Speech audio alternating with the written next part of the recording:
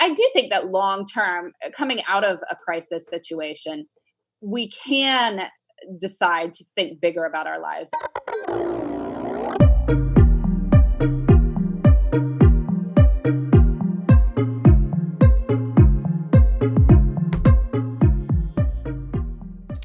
I'd like to welcome Laura Vanderkam to the Productivityist podcast. Laura, thanks for joining me again.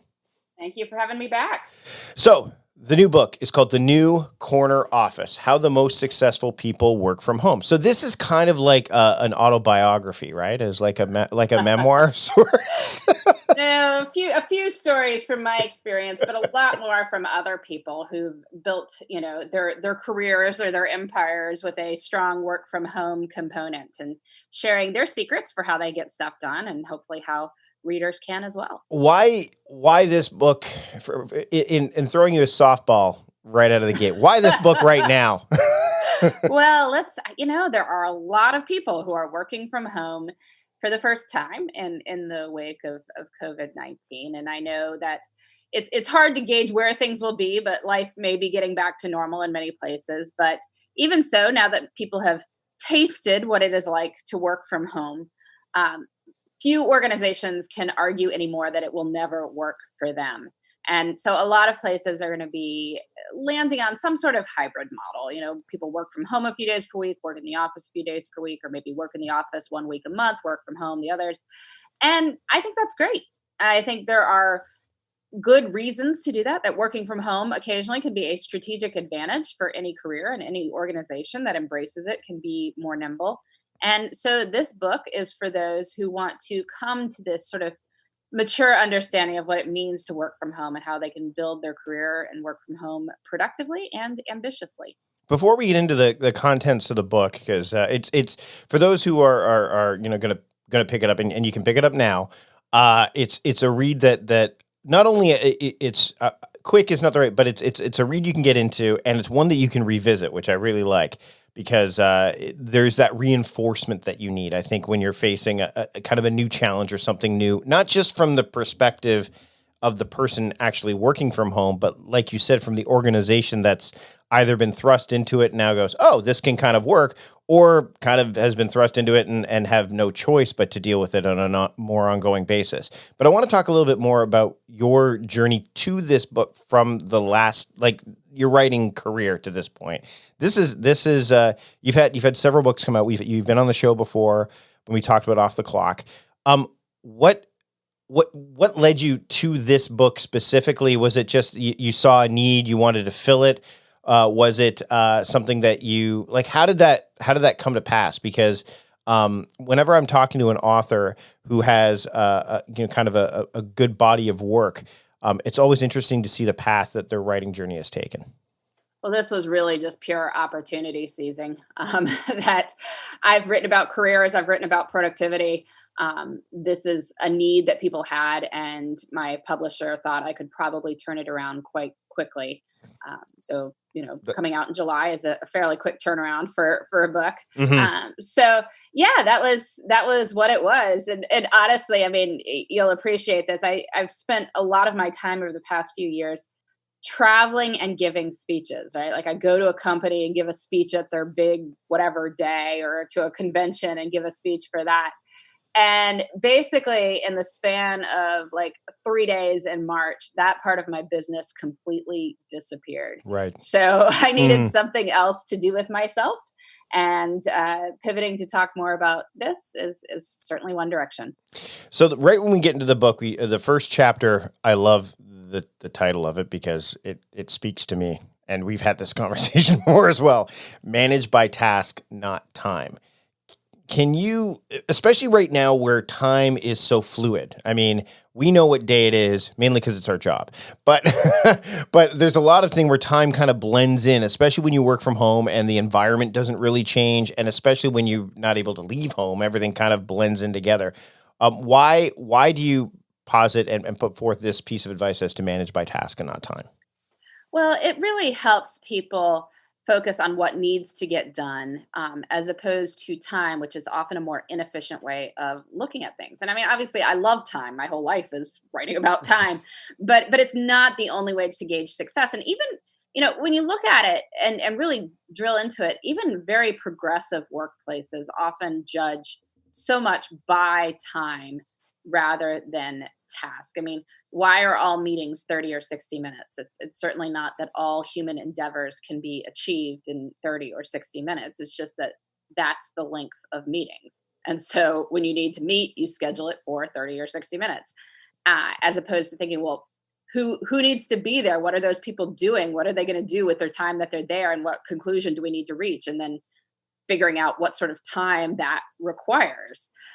So it's a lot of stuff is managed by time. But the reason this is really important for working from home is if you've been in an office most of your life, you have a very good sense when the day is done. And that sense is that it's 5 o'clock, Mhm. right? Or whatever time is quitting time in your particular industry. And when you work from home, that is a lot less apparent. And so people can feel very out of sorts. Like, how do I know I have put in a good day? Do I need to keep working all night? Should I be half working and half surfing the web because I'm not sure? Maybe I should be doing something, or I'm feeling ill at ease because I'm not sure if I'm productive or not. And the good news about managing yourself or other people by task is that when you say, okay, these are the 6 tasks I need to get done today, when those 6 tasks are done, well, you've put in a good day. Mhm. And so if it's 4:30, not 5:30, well, you don't have to keep sitting there just because of the group norms. You can still feel like, well, I have marched my 20 miles today. I am good. Well, and I think the one thing that this season has kind of taught us is that, results oriented is a better way to see, how productive someone is as opposed to the time they put in. Because I mean, if you're not in front of the people in your office and they can't see you, there's trust there. And when you are hitting those, those notes every single day of like, oh, I got those 6 tasks done. I got those. Not only that, but I've also moved a little bit forward, and that's another whole cadence thing that we can talk about a little bit later. It really does kind of change the dynamic in which you and an organization can operate, right? Yeah, well, and it's actually more satisfying too. I mean, there's nothing inherently satisfying about it being 5 p.m. Right. But various research into what makes people feel engaged in their work and feel like they are making progress really is these series of small wins. And so each day you set out, well, these are the goals I need to reach, and then you do them, you achieve those small wins, you feel good, you feel like you want to keep going the next day too. And yes, since your boss can't really keep tabs on where you are and what you are doing, it's really a much better way to manage people as well. When people start working from home and they're not used to this, and we're going to talk about the individual right now, so the person reading this book, how important do you believe it is to try to engineer or create some sense of um, I'll use the term normalcy, but I mean, they'll just use that term that so that the transition is not as um, jarring, because I mean, there's lots of things going on that can be quite jarring, and anxiety can show up. So, what are some of the like a couple of tactics that people can take if they've been thrust into this, or maybe that they haven't tried yet, that are like, okay, this feels like it's something that I've been doing or I'm used to doing.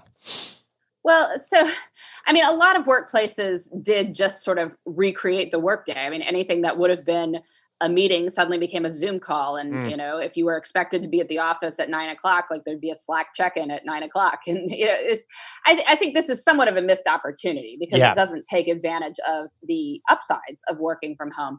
But certainly when you examine your own work styles, a lot of people find that having some sort of transition ritual to start the day is very helpful.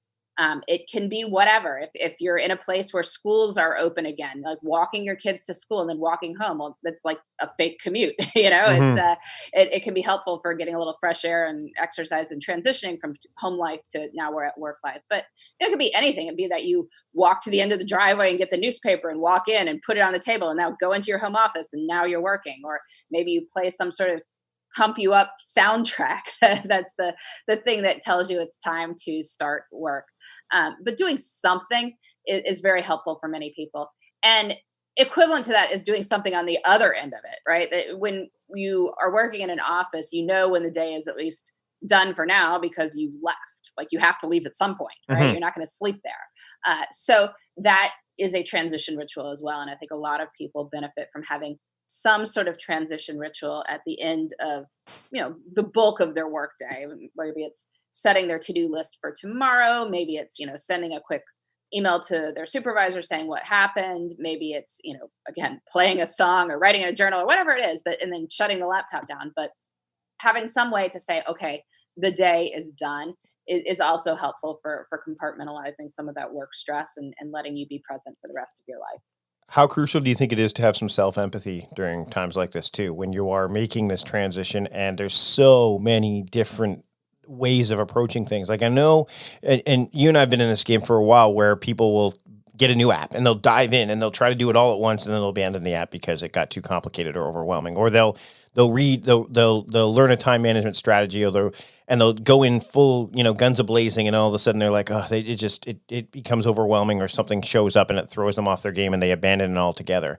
How important, especially when they have little to no control in some situations, at least we're talking about the present moment where they may not be able to go into an office environment and they want to, they're dealing with this. How important is that ability to say, to have some self-care and to be gentle to a degree?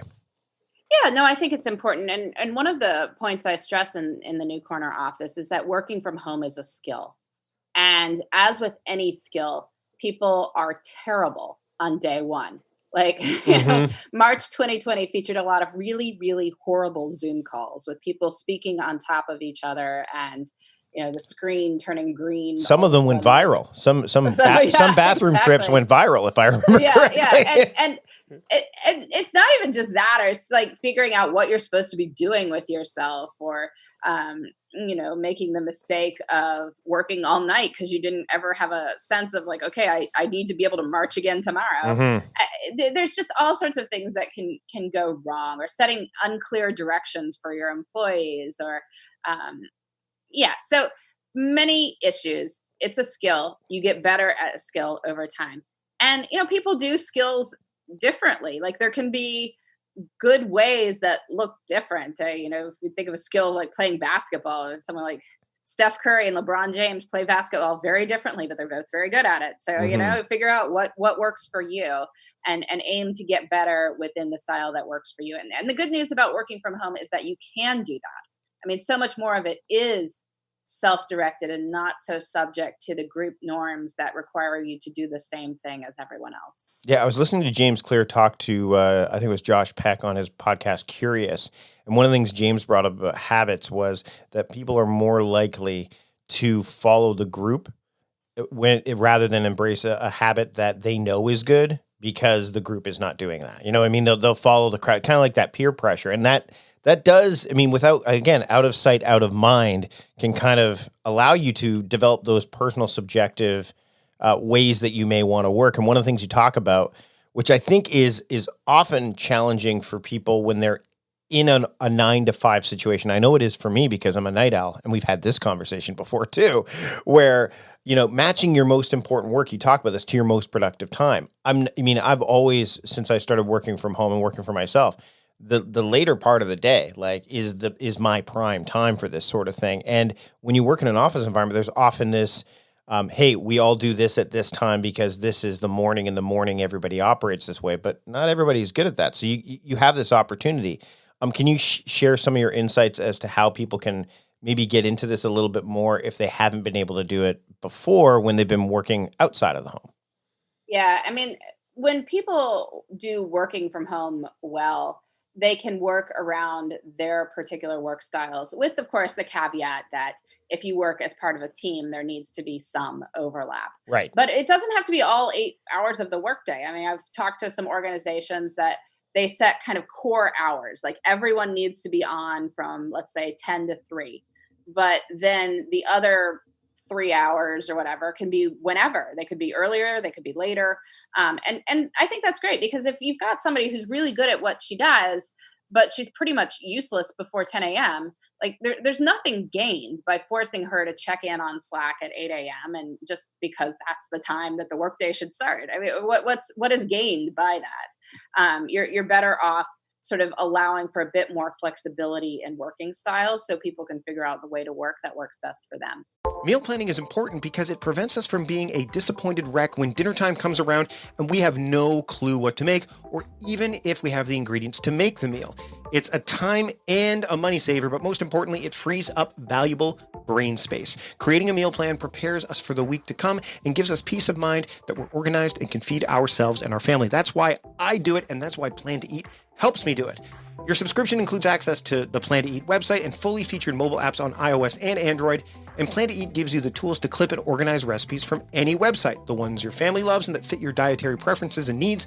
And you can create a meal plan around your schedule. Then what happens is the Plan to Eat software automatically creates an organized shopping list based on your plan. So sign up for your free trial at plantoeat.com/timecrafting. That's plantoeat.com/timecrafting. The coupon will be automatically applied to your account and can be used when you're ready to subscribe. It's valid for new customers only. Give Plan to Eat a try today.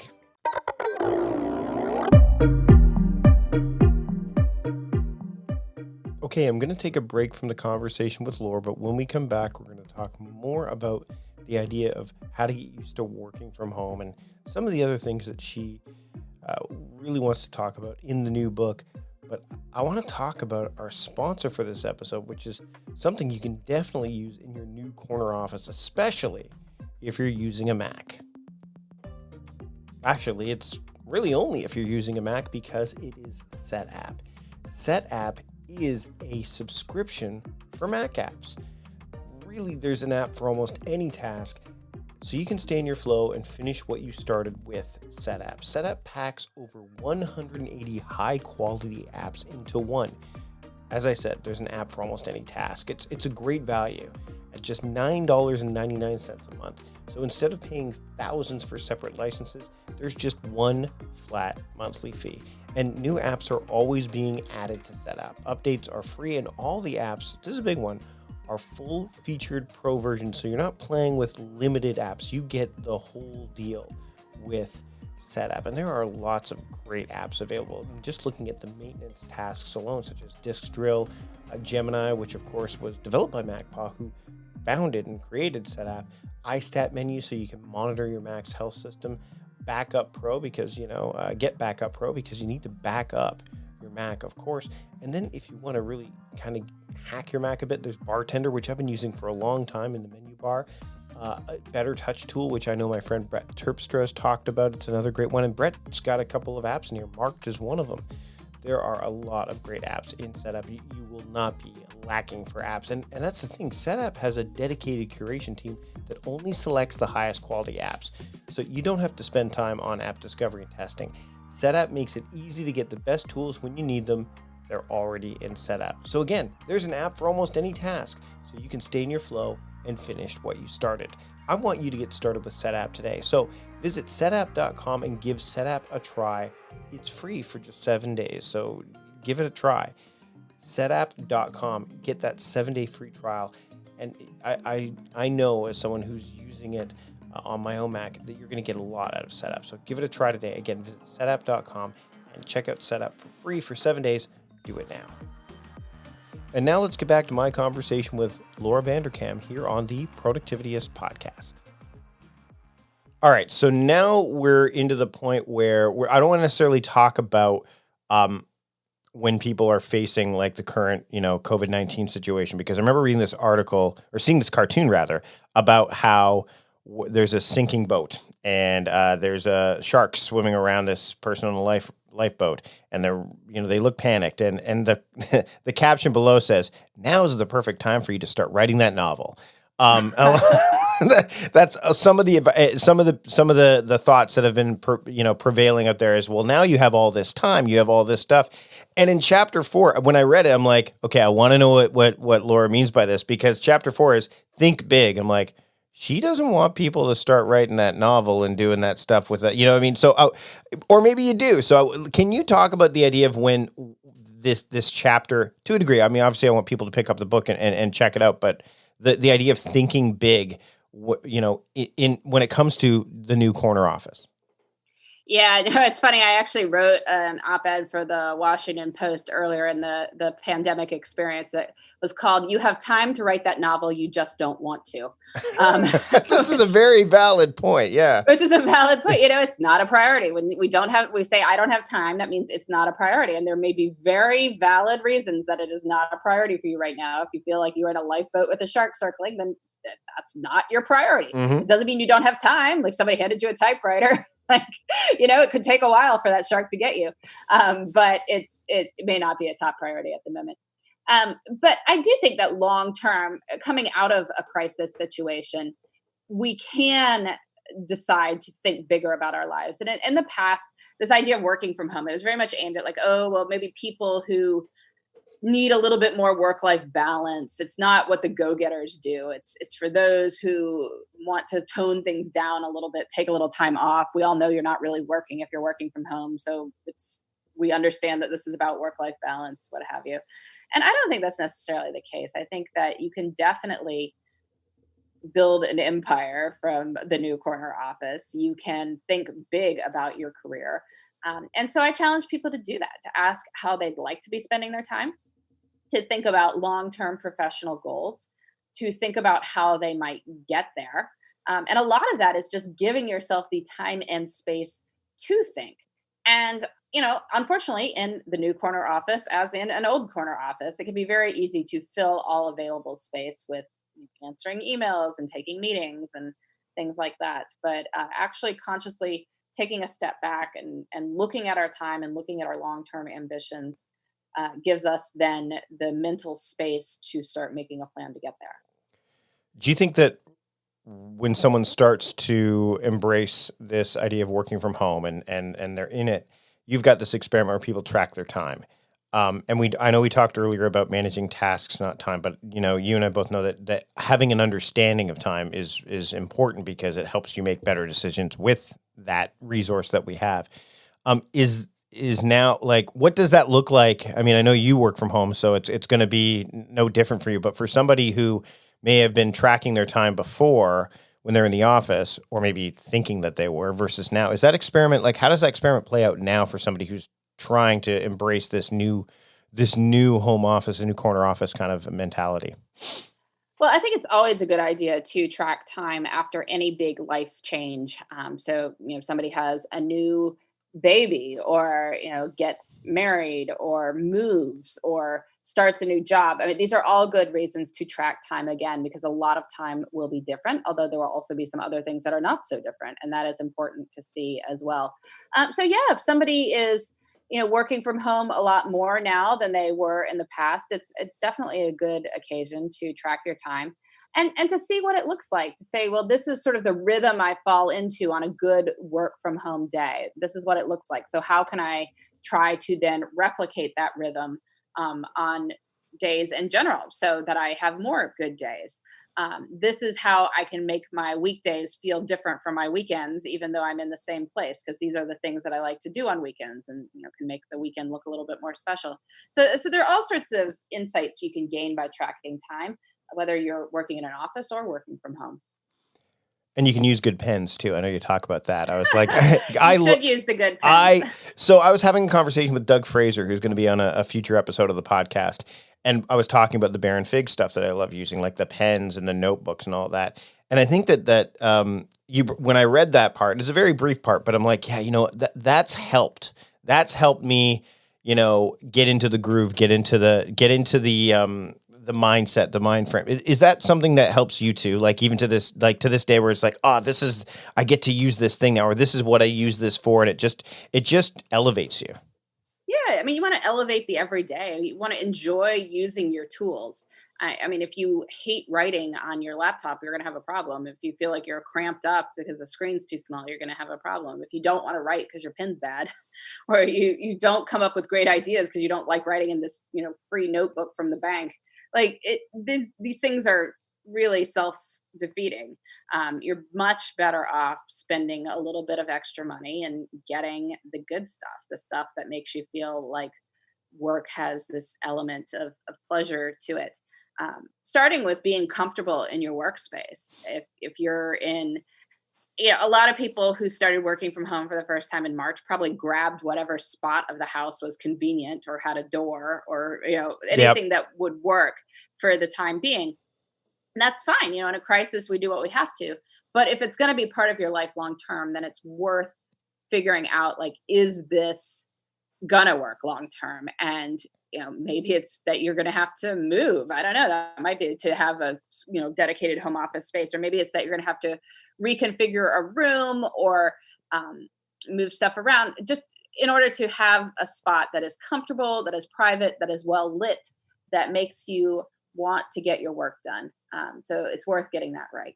And I think it's important to note that that's an evolutionary process, like you said, because a lot of people, they'll try to get it just right when they'll deal with the emergency situation, right? They'll get that done, and then they'll be like, okay, now I have my office. Now let me get it set up just so. I mean, there's that old adage: how do you get a writer to clean their desk? Give them a book deadline, right? Like, you know what I mean? Like it's that idea, it's that thought of something, creating that perfect environment. It's I think perfection is a crazy pursuit, but to get it to the point where you're like, okay, I like this, and then finding things and adding and mixing it up every once in a while can be really helpful, especially when you can't leave or you don't have the opportunity to go anywhere.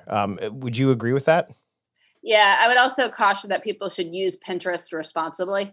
Um, there's there are a lot of photos of home office setups out there, but many of these home office setups are not in any way intended for somebody who's going to work 40 hours a week Right. in that setup. Yeah. Like it's, this tiny little vintage desk. Like, where are you going to put your stuff? Mhm. These cool dining room upholstered chairs. Like, that is not going to work. Or a wall painted like bright magenta. It's like, no, it is not. Like, you're going to be staring at that all day long. And so, it really think about what works for you, what makes you comfortable, what makes you feel productive. And if you like bright colors, maybe there's a nice throw pillow somewhere or a object on your desk in that color, rather than painting the whole room. I want to talk a little bit as we get close to wrapping up about the idea of work-life integration. And I mean, as we're both parents, we both. I mean, I just told you before we hopped on as we were recording this. My son is back in school for a couple days a week. So my work hours have kind of been okay. Well, this is when I work now because no one is home and I can do recordings, and that's when we're doing this right now. But the idea that weekends, like everything kind of blends together. So having that work life, and I like how you use the term work life integration because I do not like the term work life balance. It just doesn't. It's. I think it's been overused, and it almost feels tenuous. Like you're trying to kind of keep things on the level, whereas integration, they are blending, or they are there is that they live together in harmony to a degree. You're at least trying to. For people who are dealing, let's talk about kids and parenting specifically. Um, what's some of the things that people can do, especially when they have kids, and they're doing this now to kind of keep that work life integration in a place where they can feel like they are going to be able to bring their best selves that they can to those two different areas. Yeah, well, I mean, long term, if you work from home and have kids who are too young to watch themselves, then you need some form of childcare. And for many people, school serves this purpose, and that's fine. School, Mhm. camp. Of course, then we've seen in the past few months that is no guarantee. Um, so something to keep in mind. If you have kids who are younger than school age, then somebody else needs to be caring for them during the hours you're working. I know a lot of people were left in the lurch with that, obviously, with the pandemic, and so people have just had to do the best they can, usually by splitting hours between partners, or just being very, very good about organizing the day to do a lot during nap time and before the kids get up and after they go to bed. But there are certainly ways to embrace work life integration looking forward as people are back in more normal caregiving situations. I know that having a family lunch, for instance, is a great idea. I mean, you have to eat anyway. You Mhm. have to take breaks at some point. If there are other people in the house, well, try to coordinate it so you can all eat lunch together. And it won't work every day, but maybe just sort of having a general agreement that we try not to do stuff between 12 and 12:30 unless it's really, really important to happen at that exact time means that you can spend your breaks with your family. Work life integration can be more broadly understood, just, that you could exercise, for instance, during the day. If there's a point where you have no more video calls, I mean, there's no reason that you can't get into your exercise clothes and then go exercise during a break between calls and be right back on. You're using time that probably would have just been spent cleaning out your inbox to do something far more productive in the grand scheme of things. So that's something you can do as well. All right, Laura, as we get close to wrapping up here, I always try to ask my guests to offer one action that somebody can take today to kind of move forward with the mission or the mandate of whatever we've been talking about. So, as we get ready to leave here, what's one simple action that somebody can take to kind of build momentum and move forward if they want to start building their new corner office, their new home corner office today? Well, I think about what would be your end of day ritual. A lot of people get their heads around something to start the day, but think about what would be a good end of day ritual. And I can suggest stuff like getting your to do list ready for the next morning, so that when you start work the next morning, you know exactly what you want to execute on. But there's probably lots of different things you could try. But just think about what this might be. You know, what you could spend 5 minutes doing, that would make the day feel more complete and like something special has just happened, that you've ended it. And if you do that, I promise that your daily rhythm will feel a lot better. Laura, this has been great. Thanks so much for taking the time to join me today. The book is called The New Corner Office: How the Most Successful People Work from Home. Where can people pick up the book, and where can they keep up with you and your work?